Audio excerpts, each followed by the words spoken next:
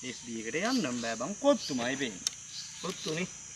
උඹ දන්නේ නේ මං ඔගේ වැඩට ගියා කියලා. උඹ කවද්ද ගියේ? උඹ දන්නේ නේ? නෑ. මං ඕකට ගිහින් දවස් 2යි හිටියේ. හරියටම දවස් 2යි. තුන්වෙනි දවසේ මිනිහව ගත්තා කොත්තු දාන්න. මම ගියා මැනේජර් සීට් එකට. එහෙමයි මචං අපි යන තැන මණ්ඩිය හදා ගන්න ඕන. නැත්තම් පැවැත්මක් නෑ. මම ඒකනේ මම යන ඕන තැනක මගේ මණ්ඩිය හදා ගන්න. එතකොට දැන් උඹ බොස්නේ. ඔව්.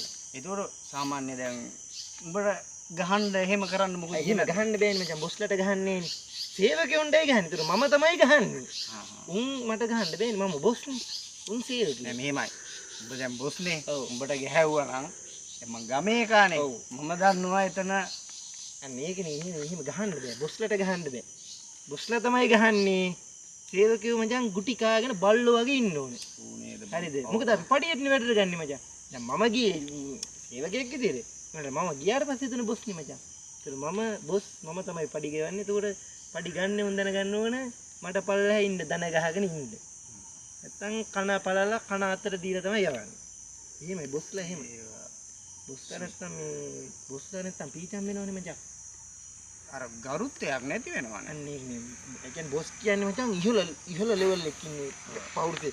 දන්නේ නේ මම ගිහින් මම හිටියේ මෙහෙම හිටියේ. නෑ මට ඒක උඹ කියද්දි තේරෙනවා. මම එහෙම උඹ ගැන මම දන්නවනේ.